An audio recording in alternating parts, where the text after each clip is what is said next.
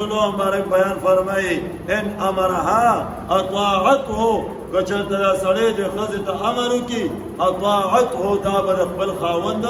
تابعداري بیا کوي په څنګه انداز باندې به تابعداري کوي و حضرت صاحب دا نه بیا د امیر حیثیت زمونږ او د ستاسو په شریعت کې څه دی او به کوم خبره د امیر حیثیت زمونږ او د ستاسو په شریعت کې رسول الله مبارک بیان فرمایي سید القوم خادمهم سردار د قوم دا خادم د قوم دی بیا راځه سردار د قوم دا خادم د قوم دی اصلاحي خدمات کې مولانا تقی عثماني صاحب لیکلی دي هغه وایي چې زمونږ والد صاحب مفتی شفیع صاحب هغه وایي چې زوم او مولانا اعزاز علي صاحب شیخ الادب د نفحة العرب مصنف و حضرت صاحب وایي موږ په دیوبند کې وو نو سفر باندې روانو